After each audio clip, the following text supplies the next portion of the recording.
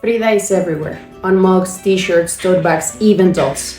But behind the global icon lies a woman who was complex, rebellious, and brilliant. Today we uncover the real Frida.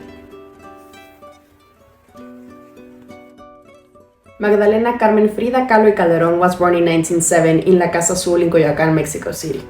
Later, she would claim 1910 as her birth year, aligning herself with the outbreak of the Mexican Revolution, as if she could weave rebellion into her own biography. Her father, Guillermo Kahlo, was a German immigrant and Mexico's first official photographer of monuments and architecture. His discipline, his love of the arts, and his studio filled with paints and brushes shaped Frida's earliest impressions of creativity. From him, she learned how to frame an image, how to pose, how to retouch. But also, she learned and understood that a painting could capture what photography could not. Her mother, by contrast, was extremely religious and conservative. Daily prayers and rigid morality dominated the household. But even as a child, Frida resisted that destiny. At 6, she contracted what her parents thought was polio, though some biographers now believe that it is a consequence of the spina bifida that she had. The illness left her right leg thinner than the other. Classmates mocked her, calling her Frida Kahlo, pata de palo. To hide her insecurity, she wore layers of socks. So pain, shame, and defiance entered her life early and never left. At 15, she declared she wanted to study medicine and enrolled at the only public high school in Mexico at the time, La Escuela Nacional Preparatoria. She was one of the only 35 women studying at the time. There, she joined a student circle called Los Cachuchas and found her first great love, Alejandro Gómez Arias. But she also caught sight of Diego Rivera, who was at the time painting a mural in the auditorium. She pointed at him and told her classmates, "I'm gonna marry that man." They all laughed.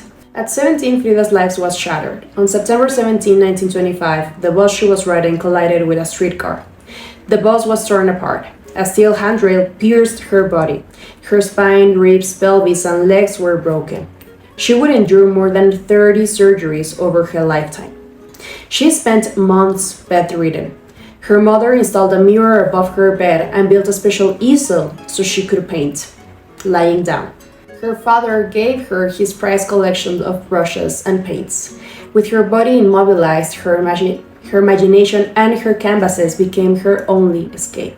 Her first known self-portrait, painted in 1926 for her boyfriend Alejandro, shows her in a velvet dress. Every detail, her expression, the careful shading revealed a young woman learning how to transform her pain into art.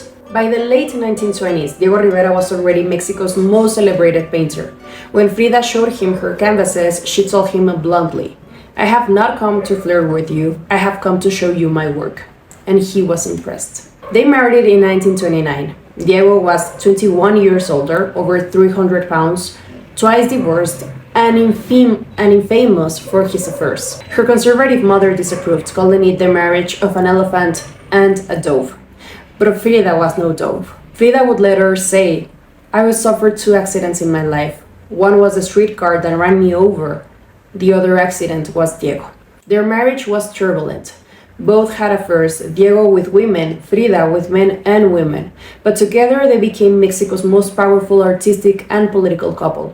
Their home, La Casa Azul, became a gathering place for artists, poets, and exiles. Unlike Diego, who painted sweeping murals of workers and revolution, Frida turned inward.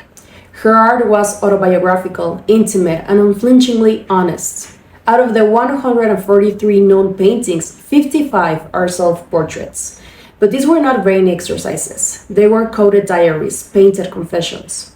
In the broken column of 1944, she depicted her body split open. Her spine is replaced by a crumbling Greek column. Nails piercing her skin, face streaked with tears. It's not just about pain, it's about endurance. In the painting Without Hope from 1945, she lies in bed gagging as a funnel forces meat, fish, and entrails down her throat. This is a brutal reference to a medical diet imposed on her.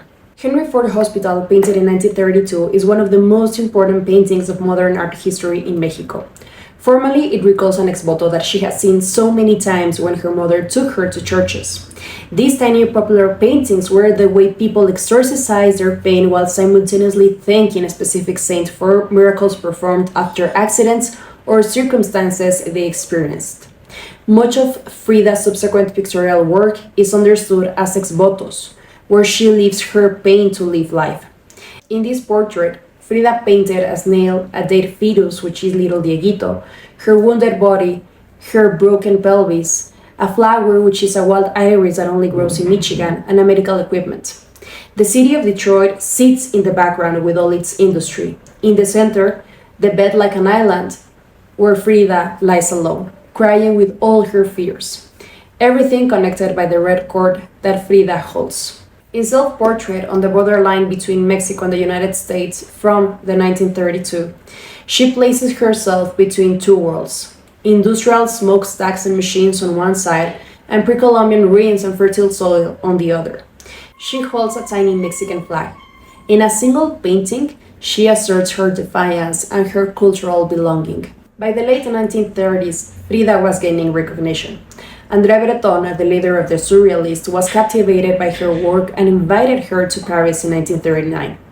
Picasso, Miro, and Kandinsky praised her work. Marcel Duchamp, along with André Breton, organized her exhibition. Yet, she mocked Breton and his circle, calling them arrogant cockroaches. André Breton called her a surrealist, but she rejected the label.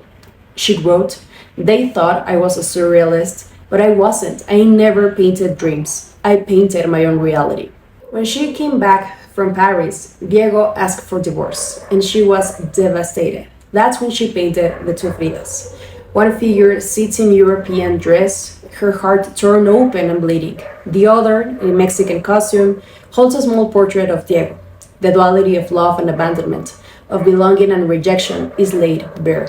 They remarried in 1940 under peculiar conditions. They would live apart and keep their finances separated. Her career blossomed as her health deteriorated. Surgeries multiplied.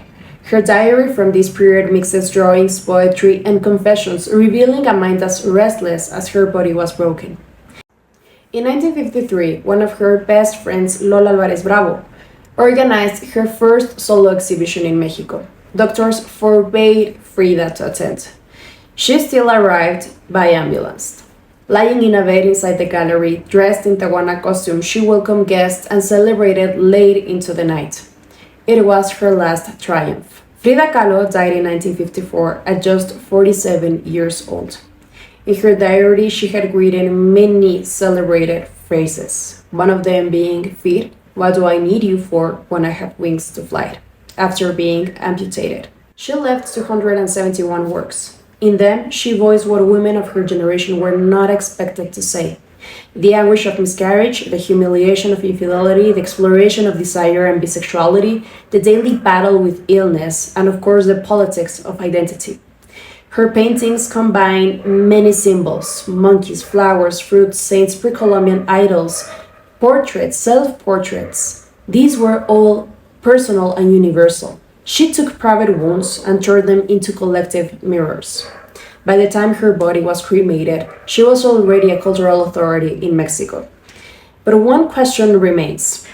How does this deeply personal artist became a global marketing product? This is a question that we'll answer next week.